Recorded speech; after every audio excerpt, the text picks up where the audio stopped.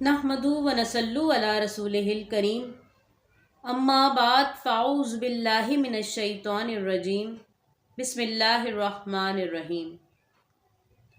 ربی اشرح لی صدری ویسر لی امری واحلل عقدۃ من لسانی یفقہوا قولی، آمین یا رب العالمین۔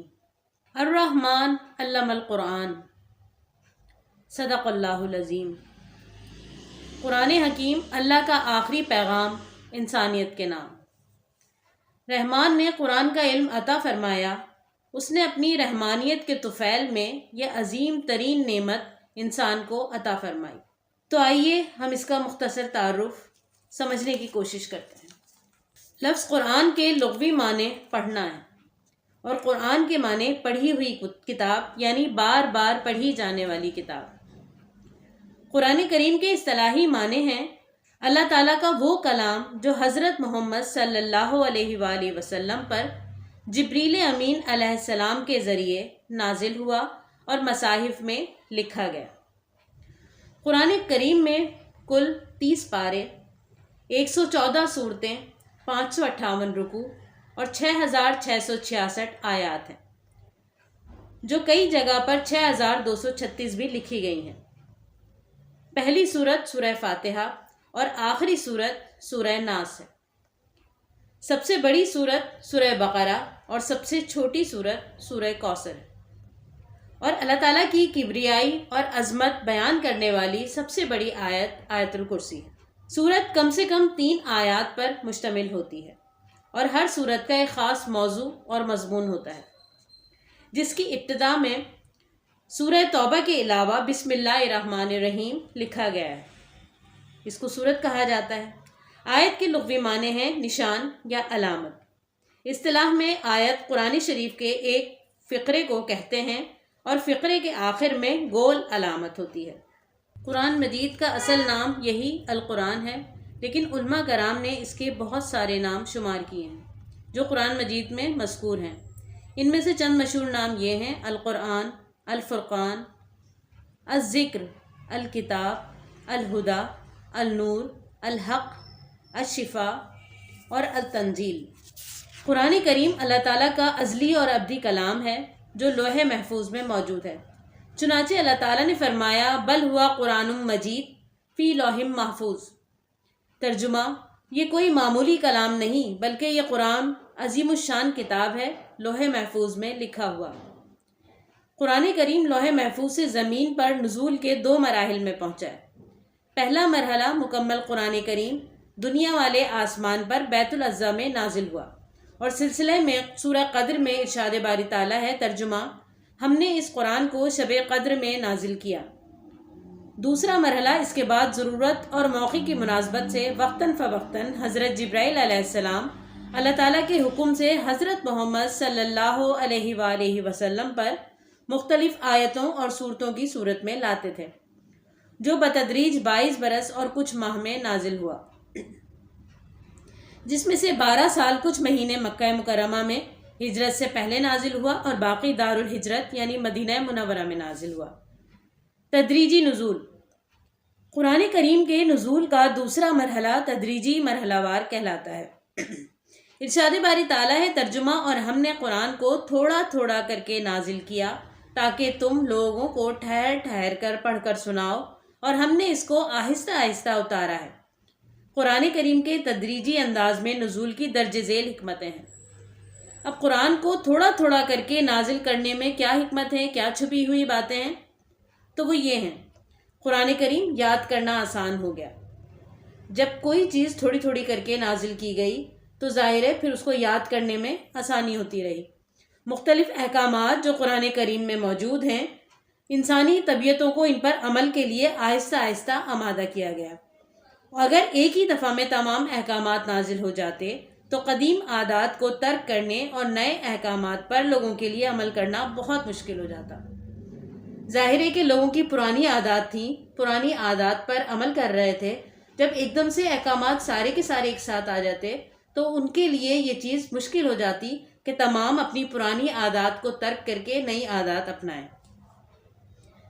مخالف لوگوں کی تکلیفیں اور اذیتیں جب حد سے بڑھ جاتی تھیں اور پھر کوئی وحی نازل ہوتی تھی تو وہ مسلمانوں کے دلوں کے لیے باعث تسکین بنتی تھی۔ یعنی جب مختلف لوگ جو ہے وہ مسلمانوں کو تنگ کرتے تھے، کفار مسلمانوں کو مختلف اذیتیں دیا کرتے تھے، اور اس کے بعد جب کوئی آیت آتی تھی تو ان کو تسکین کا باعث بنتی تھی۔ مختلف اوقات میں لوگوں کی طرف سے پوچھے جانے والے سوالات کا بروقت جواب دینے سے قرآن کریم کی حقانیت ثابت ہوتی تھی۔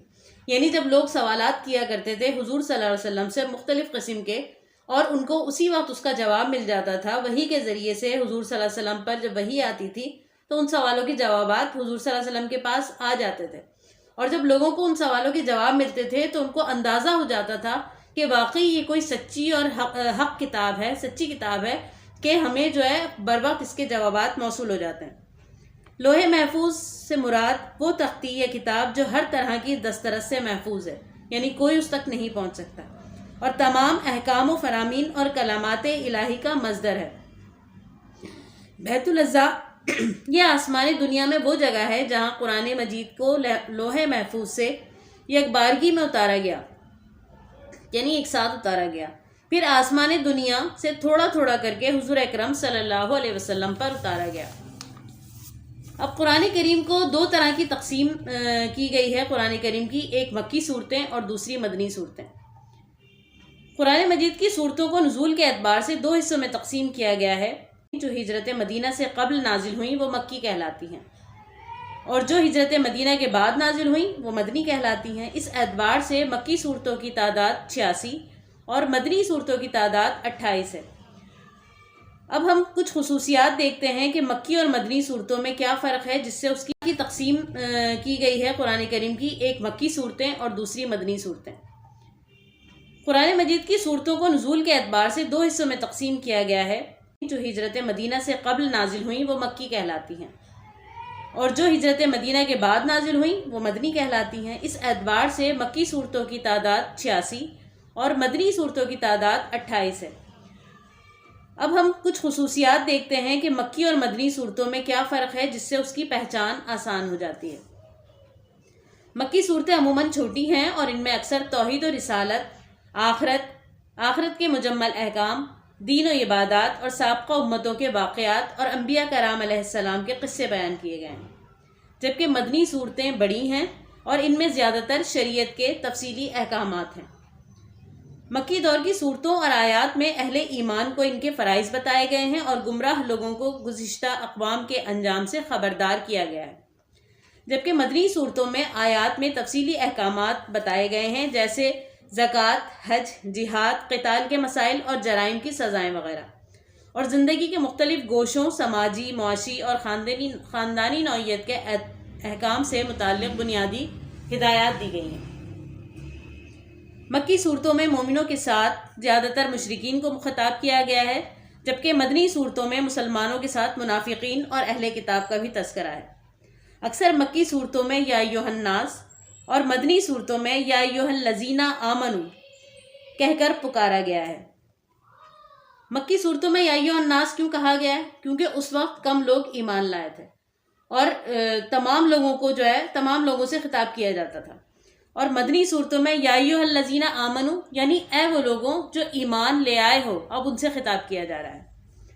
قرآن کریم کی عظمت اور فضیلت کا اندازہ ہم اس بات سے لگا سکتے ہیں کہ سورہ حشر کی آیت نمبر 21 میں ہے کہ اگر ہم یہ قرآن کسی پہاڑ پر نازل کرتے تو تم اس کو دیکھتے کہ اللہ کے خوف سے دبا اور پھٹا جاتا، اور یہ مثالیں ہیں ہم لوگوں کے لیے بیان کرتے ہیں تاکہ وہ غور کریں۔ قرآن مجید کی چند خوبیاں۔ قرآن مجید کا الہامی کتاب ہونا، یعنی قرآن کریم اللہ تعالیٰ کی آخری الہامی کتاب ہے جو انسانوں کو ہدایت کے لیے آخری پیغام ہے، جو رہتی دنیا کے اقوام کا دستور عمل ہے اور دنیا اور آخرت کی فلاح کا ضامن بھی۔ قرآن مجید کا عربی زبان میں نازل ہونا۔ قرآن کریم میں ارشاد باری تعالیٰ ہے، ترجمہ: ہم نے اس قرآن کو عربی میں نازل کیا تاکہ تم لوگ سمجھ سکو۔ قرآن کریم اللہ تعالیٰ کا وہ کلام ہے جو صدیوں سے اسی طرح پڑھا جا رہا ہے جس طرح وہ اپنے نزول کے وقت پڑھا جاتا تھا، جس کا خاص سبب اس کا عربی زبان میں ہونا اور خاص طرز بیان ہے۔ انداز و اسلوب میں منفرد۔ قرآن کریم کی سب سے بڑی فضیلت یہ ہے کہ یہ اللہ تعالیٰ کا کلام ہے، یہ اپنے انداز و اسلوب میں منفرد ہے۔ یہ بے حد دلکش اور روح میں اتر جانے والی کتاب ہے۔ اس کے مضامین اور موضوعات میں کوئی تضاد اور کوئی تفاوت نہیں۔ یہی بات اس کے برحق ہونے کے لیے کافی ہے۔ اللہ تعالیٰ فرماتا ہے، بھلا یہ قرآن میں غور کیوں نہیں کرتے؟ اگر یہ اللہ کے سوا کسی اور کا کلام ہوتا تو اس میں بہت سا اختلاف پاتے۔ حدیث شریف میں ہے کہ حضور اکرم صلی اللہ علیہ وسلم نے ارشاد فرمایا کہ ترجمہ: قرآن کی فضیلت دیگر کلام پر اس طرح ہے جس طرح اللہ تعالیٰ کو تمام مخلوق پر فضیلت حاصل ہے۔ جس طرح پوری کائنات میں اللہ تعالیٰ کو برتری اور عظمت حاصل ہے، اسی طرح اس کے کلام کو بھی بڑی عظمت فضیلت حاصل ہے۔ شک و شبے سے بالاتر کتاب۔ قرآن کریم نے ابتدائی ہی میں اپنی عظمت کا اعلان کیا، چنانچہ ارشاد باری تعالیٰ ہے، ترجمہ: یہ کتاب یعنی قرآن مجید، اس میں کوئی شک نہیں کہ اللہ کا کلام ہے، پرہیزگاروں کے لیے رہنما ہے۔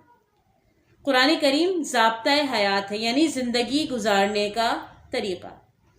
قرآن مجید قیامت تک ساری کائنات کے تمام مادی اور روحانی، دینی اور دنیاوی تقاضوں کے لیے مکمل دستور حیات، دائمی اور عالمگیر قانون ہے۔ قرآن کریم ہمیں زندگی کے تمام شعبہ جات میں رہنمائی فراہم کرتا ہے، جس میں انسانی زندگی کی حقیقت، حلال و حرام، خیر و شر، تقوی و عبادات کے مسائل کے ساتھ شرعی احکام و نصیحت، حکومت و تجارت، جنگ و صلح جیسے مسائل کی رہنمائی کرتا ہے، اور یہ معاشرتی، اقتصادی، سیاسی اور اخلاقی تعلیمات و کردار کو بہتر سے بہتر بنانے کے اصول بتاتا ہے۔ قرآن مجید کے حقوق و آداب۔ قرآن مجید ایک بابرکت کتاب ہے۔ اس کی شان عام کتابوں سے بڑھ کر ہے، اس لیے مسلمانوں پر اس کے حقوق و آداب عائد ہوتے ہیں، جن کا خیال رکھنا بہت ضروری ہے۔ مثلاً قرآن مجید پر ایمان لانا، قرآن مجید کو باوضو غور سے پڑھنا، قرآن مجید کو سمجھنا، قرآن مجید میں تدبر اور غور و فکر کرنا، قرآن مجید پر عمل کرنا، قرآن مجید کی تعلیم کو عام کرنا، قرآن مجید کے نظام کو انفرادی اور اجتماعی سطح پر نافذ کرنا۔ لہٰذا ہمیں چاہیے کہ قرآن کریم کے احکام پر زندگی گزارنے کی کوشش کریں اور اس کی تعلیمات پر عمل کریں۔ اسی طرح اللہ کے حبیب کی حدیث ہے، جامع ترمذی میں، اس کے آخر میں آپ نے بڑے خوبصورت الفاظ کہے، جس نے اس قرآن کے مطابق بات کہی اس نے سچ کہا، جس نے اس قرآن کے مطابق فیصلہ کیا اس نے عدل کیا، جس نے اس قرآن کے مطابق عمل کیا اس کا اجر محفوظ ہو گیا، اور جس نے اس قرآن کی طرف لوگوں کو دعوت دی اسے تو سیدھے راستے کی ہدایت عطا کر دی گئی۔ اللہ ہمیں ان باتوں کا یقین کرنے کی توفیق عطا فرمائے اور ہمیں اس کتاب سے جڑنے کی بھی توفیق عطا فرمائے۔